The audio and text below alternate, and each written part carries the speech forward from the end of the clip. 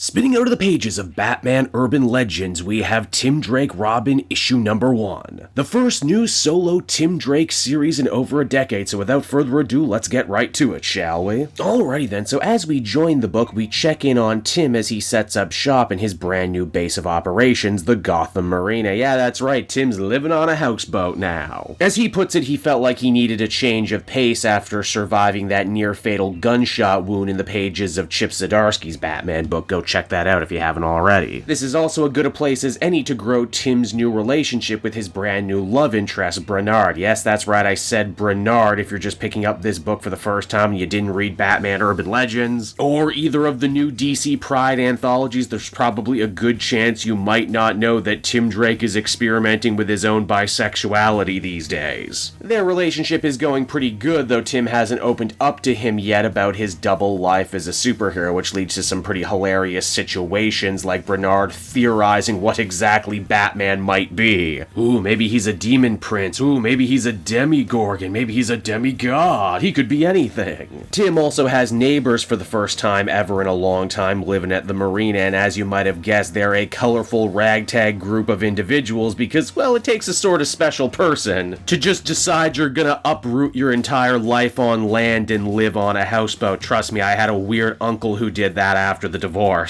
Some of Tim's new neighbors are also worried about the threat of gentrification. Apparently, all sorts of crooked real estate developers have their eyes on the land and want to kick everyone off it so they can build fancy new stuff and charge people an arm and a leg to use it. Now, Bernard's not the only character who makes a reappearance in this series, too. We also have Darcy Thomas of We Are Robin fame, no connection to Duke Thomas, in case you were wondering. Though, if you don't remember her from that short-lived series, don't worry, because she never actually appeared in it. She only got retconned to be a member later on in the Tim Drake Robin Future State book that was also written by Meghan Fitzmartin. Darcy is still very dedicated to the role of superhero, so much to the point that she helped Tim move into his brand new houseboat. She's also hearing impaired and makes use of sign language all throughout this first issue, which is pretty cool to see it rendered on the page. Now, up until now, this book has been a real bit of cutesy slice of life, hasn't it? Well, hold on to your seatbelts, everyone, because we get a really hard right turn into bloody murder mystery, as those two ladies who were talking to Tim and Bernard earlier on end up dead on the pier, one of them actually being decapitated. Holy crap. Naturally, this is a job for Robin and his brand new sidekick Sparrow. Yes, that's right, Robin has himself a Robin in this brand new series. The cop working the case is a guy called Detective Williams, and he has a rather frosty relationship with the superhero community. It's also implied that he too is an out gay man. How about that? 2 bits of queer representation in one story. He actually reminds me a lot of Willem Dafoe's character from Boondock Saints, if you've ever seen that.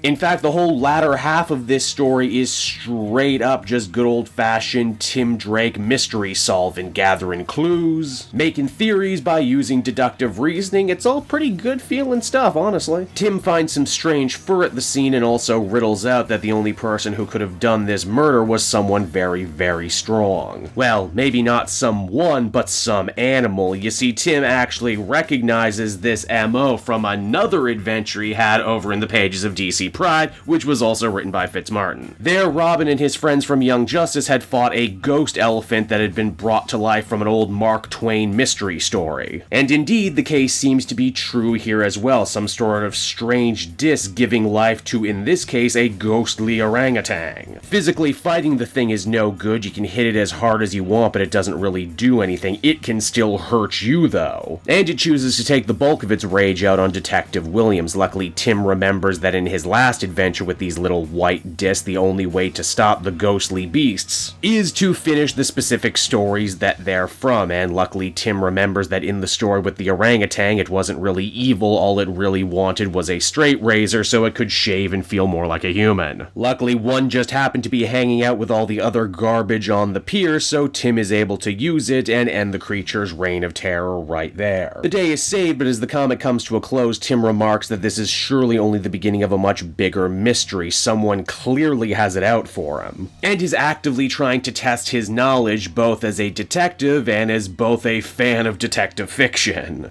How very metatextual as the comic comes to a close. And so that was Tim Drake Robin issue number 1, everyone, and overall I thought it was pretty alright. Maybe not the Tim Drake solo book that I waited over a decade to read, but I get the feeling that this is going to make some people out there very happy, especially if you're one of those people who have been following Fitzmartin's work with Tim Drake from Batman Urban Legends and onward. I guess my biggest problem, and by now I should probably know better, is actually the cover, because it sells a totally different sort of book than what you're getting here. The cover says, you know, thrilling action adventure. But the story itself is actually a pretty mellow slice of life Hardy Boys meets Johnny Quest Boy Adventurer series, which, hey, nothing wrong with that. Lord knows DC isn't putting anything else like that out right now. And a more distinct visual identity also really helps differentiate this book from the other Robin book that's on the shelf right now, and indeed all the other many Batman books that you could buy right now. I guess what I'm trying to say is this series is definitely going to be for someone, but maybe not for me. I am, however, just happy for the record that Tim is back and he has his own ongoing series again. And overall, I think I'd feel comfortable giving this one a 7.5 out of 10.